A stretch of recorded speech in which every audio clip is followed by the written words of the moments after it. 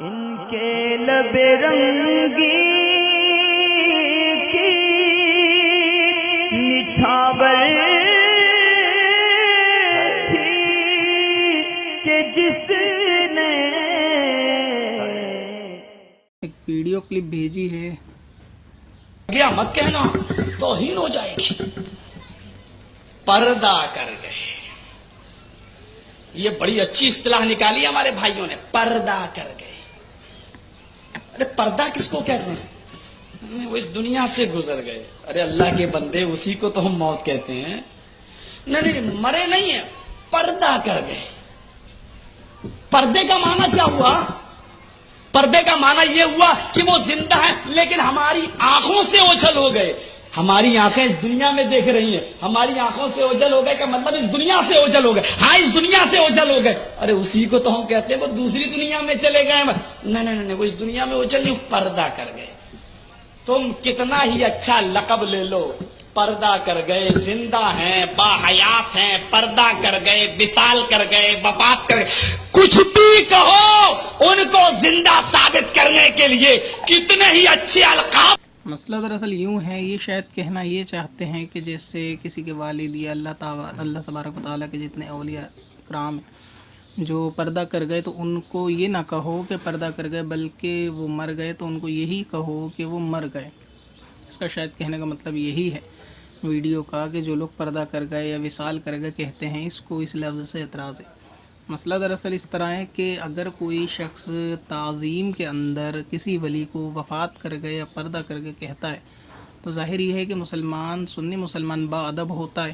اس لیے وہ اس چیز کی احتیاط کرتا ہے کہ کوئی اپنے والد صاحب کو بھی بعد ان کے وصال یہ نہیں کہتا کہ وہ مر گئے، کیونکہ وہاں بھی ادب کرتا ہے. تو اس لیے اللہ تبارک و تعالیٰ کے ولیوں میں ادب سنی مسلمان زیادہ کرتا ہے. اس لیے وہ اپنے منہ سے یہ نہیں کہتا کہ حالانکہ حقیقت وہی ہوتی ہے، اور حقیقت اگر کوئی وفات کر گئے کہہ دے گا تو اس سے کوئی حقیقت تبدیل نہیں ہوتی، کیونکہ وفات کر گئے کوئی ایسا لفظ نہیں ہے کہ جس کو عام مسلمان نہیں سمجھ پاتا.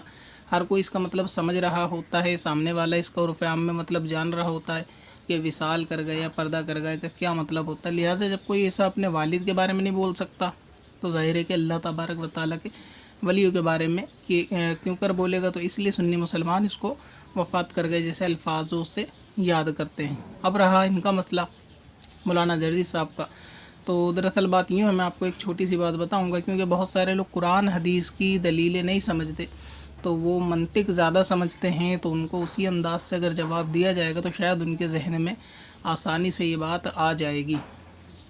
مسئلہ دراصل یوں تھا کہ ایک مرتبہ مولانا جرجی صاحب ایک محفل کے اندر ملے اور ان کے والد صاحب ان کے ساتھ تھے. تو میں نے پوچھا مولانا جرجیس یہ کون ہے؟ تو کہنے لگے والد صاحب. تو میں نے کہا والد صاحب مطلب ماں کے قسم؟ تو بولے نہیں ماں کے قسم نہیں بولنا، پاپا جی. تو میں نے کہا پاپا جی مطلب ماں کا یار؟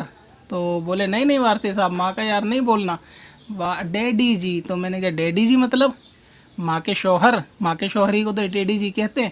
بولا نہیں ابا جان. تو میں نے کہا ابا جان؟ ارے اسی کو تو ماں کا قسم بولتے ہیں. تو بولے نہیں ماں کا قسم نہیں بولو، پاپا جی بولو. تو کیا اچھی اصطلاح نکالی ہے مولانا جرجی صاحب نے، ڈیڈی جی، پاپا جی، والد صاحب، ابو جان. تم چاہے جتنے ہی اچھے لقب لگا لو، مگر حقیقت یہ ہے کہ وہ ہے تمہاری ماں کا قسم. اگر نہیں ہے تو لکھ کے دے دو، میں جھوٹ بول رہا ہوں. تو میں قرآن کی قسم کھا کے یہ بات کہتا ہوں کہ جو تمہارے ابا جان ہیں وہ تمہاری ماں کے یار ہیں. اور میاں بیوی میں جو یارانہ ہوتا ہے نا، میں اس لیے لفظ بول رہا ہوں کہ وہ بہت گہری ان میں دوستی ہوتی ہے، تو اس لیے اس کو یار ہی کہا جاتا ہے. تو کیا کبھی کسی کا فون آتا ہوگا اپنے گھر پہ تو یہی کہتے ہوگے جب کوئی کہتا ہوگا بیٹا پاپا سے بات کراؤ، تو نہیں میری ماں کا قسم ابھی گھر پہ نہیں ہے، بعد میں بات کرنا. تو گھر پہ یہی بولتے ہوں گے تم، کیونکہ حقیقت تو یہی ہے نا. ماں کا قسم کی حقیقت کیا ہوتی ہے؟ والد صاحب. تو والد صاحب تو ادب والا لفظ ہے نا، ادب والا لفظ کیوں بولتے ہو؟ والد صاحب، ڈیڈی جی، پاپا جی. اب تم کتنے ہی اچھے لقب لگا لو، مگر حقیقت تو یہ ہے کہ وہ ماں کا قسم ہے. تو کیا کبھی اس طرح گھر میں بھی بات کرتے ہو کہ ماں کا قسم گھر پہ نہیں ہے، ماں کا شوہر گھر پہ نہیں ہے؟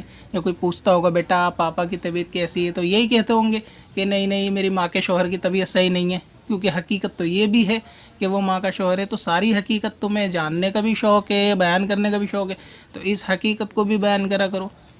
اگر یہ نہیں کرتے اپنے باپ کے لیے تو ابا جی، ڈیڈی جی، لیکن جب اللہ تبارک و تعالیٰ کے ولی اور رسول پاک کی بات آتی ہے تو وہاں پر بولتے ہو کہ مر گئے بولو، پردہ کر گئے، کیا مطلب ہے، وہ اس کی حقیقت ہے۔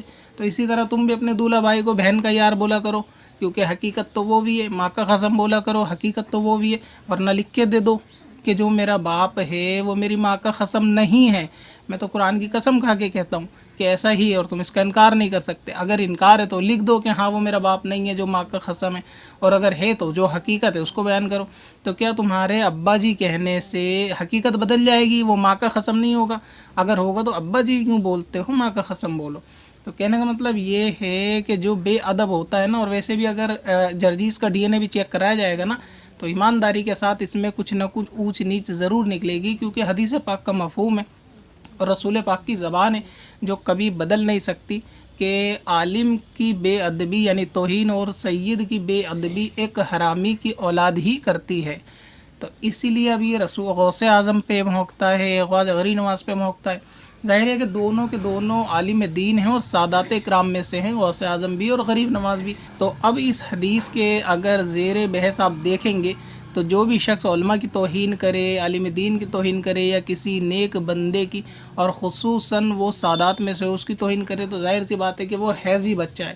تو اسی لیے جب بھی تم کبھی اسے دیکھو کہ کسی ولیوں کے بارے میں، غریب نواز کے بارے میں، غوث اعظم کے بارے میں غلط الفاظ بولتا ہے، تو وہاں سمجھ لیا کرو کہ نبی اکرم صلی اللہ تعالی وسلم نے اس کی پیشن گوئی پہلے ہی فرما دی کہ صرف حرامی کی اولاد ہی ایسا کرے گا۔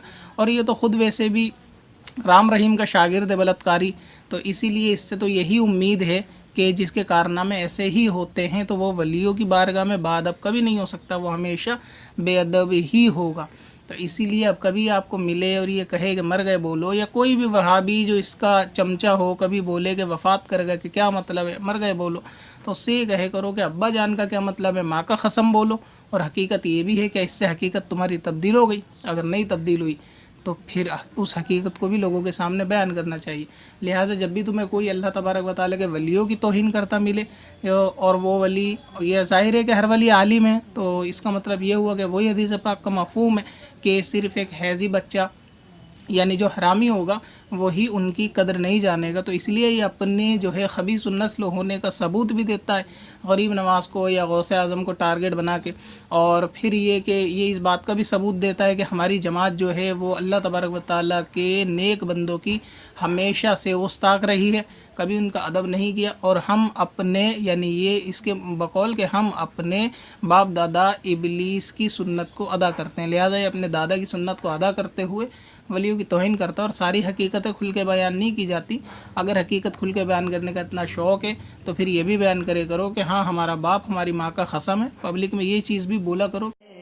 پتھر میں حسن لالے پرن